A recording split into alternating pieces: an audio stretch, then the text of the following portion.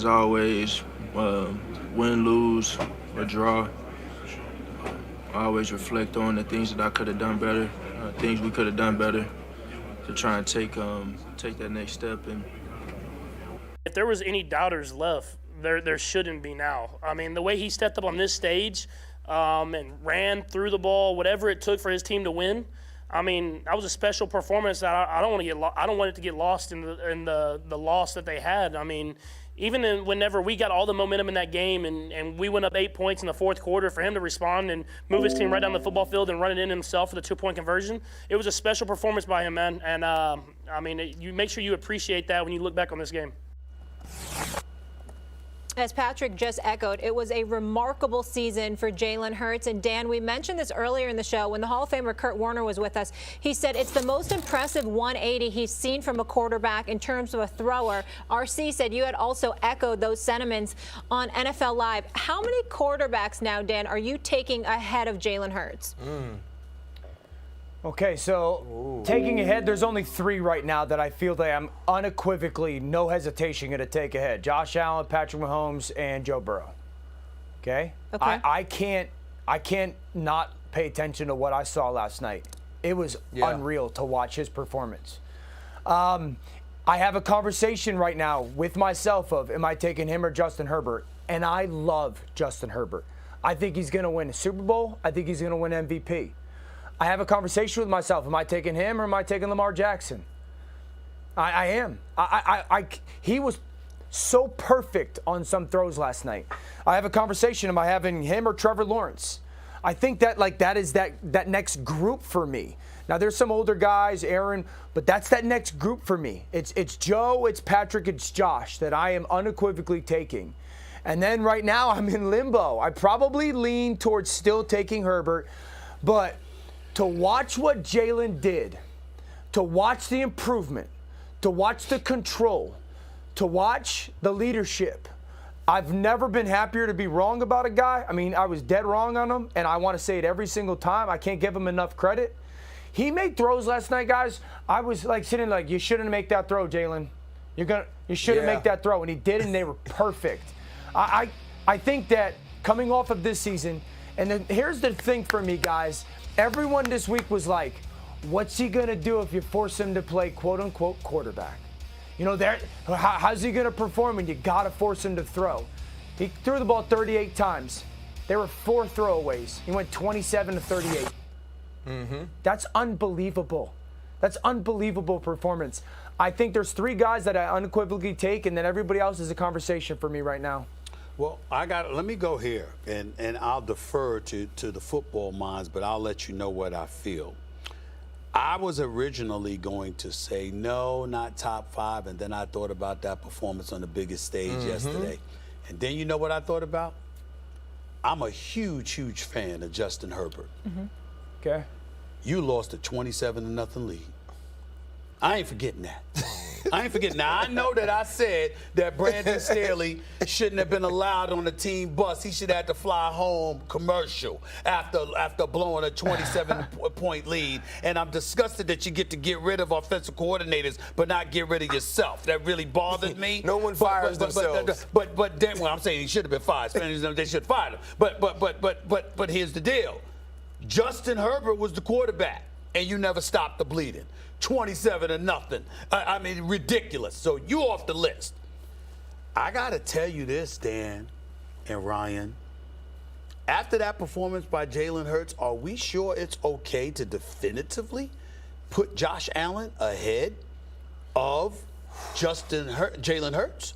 I'm not sure about that. Joe Burrow's a different animal. Patrick Mahomes is a different animal. I get that. I'm not putting Lamar Jackson ahead of him. I agree. I'm not doing that. Okay, I'm not putting Dak. Don't get me started on damn Dak Prescott. You know what I'm saying? Nobody even mentioned that Walter man. Payton, Man of the Year. Congratulations. But you know, whatever. The point is, no, he ain't going up there. Aaron Rodgers, the experience, the savvy, the know-how. I mean, that's a different category. Yeah, but take him out of the conversation. I mean, you would take him out of the conversation. But when we talk about it, listen, I saw Josh Allen make some mistakes this year. How about the loss in Miami? Yeah. All right. Yeah. All right. How about how he performed Cincinnati. in the postseason? Yeah. How about how Stephon Diggs was so frustrated and walked away because he had to do everything in his power to avoid saying what he really, really wanted to say. Josh Allen, who we all respect and love, the bottom line is the brother came up short this year.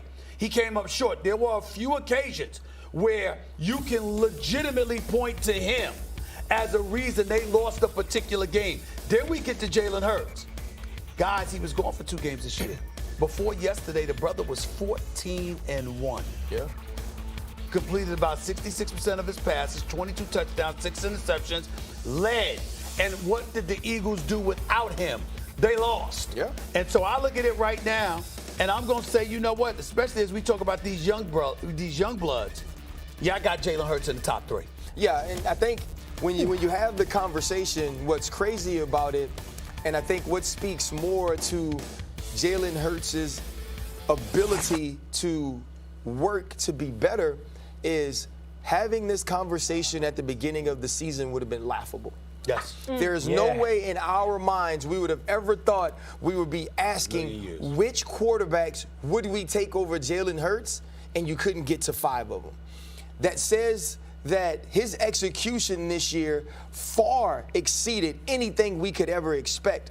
And I think the reason Dan, who understands quarterback play better than all of us, says, okay, it's a conversation with this guy or it's a conversation with that guy, is because of what we believed about all of those people initially. Right? If we watch Jalen Hurts play this way and this is what we expected of him, then maybe you don't have the conversations of the Trevor Lawrences or the Justin Herberts or the Lamar Jacksons, but we've seen those people play so well before now, and we think so much of their talent that we say, is this truly Jalen Hurts? And it probably takes until yesterday's Super Bowl performance to go, oh, when the chips are down, when the pressure is the highest, he's actually better than we even thought. When you look at the throw to Dallas Goedert, you look at the incomplete pass he throws to Devontae Smith that they end up reviewing. And we are presented by Progressive Insurance. Guys, we'll have to see what happens in Trevor Lawrence's career, and I know quarterbacks play defenses and not the other quarterback. However, when you look at Mahomes, who lost Tyreek Hill in the offseason, and Tyreek Hill might have been the offensive player of the year in the NFL, right? Like, he had an incredible season. You look at Mahomes in these playoffs, he went through Trevor Lawrence. Let's see what happens in his career, but it might look very good one day. Joe Burrow, who is, that dude and who had his number until then, was 3-0 against him, including the AFC Championship game at Arrowhead. They were calling it Burrowhead last year. And then Jalen Hurts, who was his rival for MVP this year, on the way to the Super Bowl win, and he did it, on a bad ankle last couple games. He's the 3rd player in NFL, NBA, NHL, or Major League Baseball history to win multiple regular season MVPs and multiple championship round MVPs within their first 6 seasons. He joins Bobby Orr and Tim Duncan. I just want to mention one thing, though. What happens to that stat when you make it the first 5 seasons? Because Bobby Orr may not have played as much as he did later on, but he still got minutes and got into games. Tim Duncan was a starter right away. Patrick Mahomes didn't play his first year. He played 1 game as a rookie. So really, it's not fair to compare 6 to 6. It's not apples to apples. It's really 5. He did it in his first 5 seasons as a guy who actually played. It's insane. He won the regular season MVP this year. He won the Super Bowl MVP. He led the NFL in passing touchdowns. He led the NFL in passing yards. Only 3 players have done that in their whole career. Tom Brady, who's the GOAT, Joe Montana, who he replaced on most lists by outlasting him, right? And Peyton Manning, who's the greatest regular season player, arguably, in his prime ever. I mean, what Mahomes did in 1 season, guys, it's his 5th year as a starter. Anyone have any thoughts about this? Because I'll tell you what I think. I know you're going to answer something. You seem like you were very passionately delivering a good soliloquy here. I will tell you what I think, and I've said this before. To call someone the Michael Jordan of a sport does not mean merely that they have the best numbers or they lasted the longest and racked up the most championships or led the league in scoring or anything like that. It means you start by looking at them and going, oh, my God, I don't know if I've ever seen something quite like that.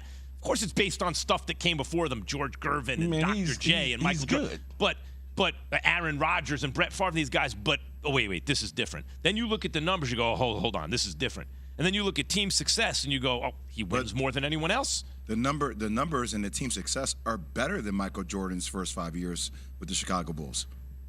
They're better. Maybe not the numbers, but yeah. What do you mean, not the numbers? Here we You're go. comparing football numbers to basketball numbers. Here we go. Hey, it's a happy Monday, the day after the Super Bowl championship. Anyway, Accolades, Jay, yeah. No, Jay.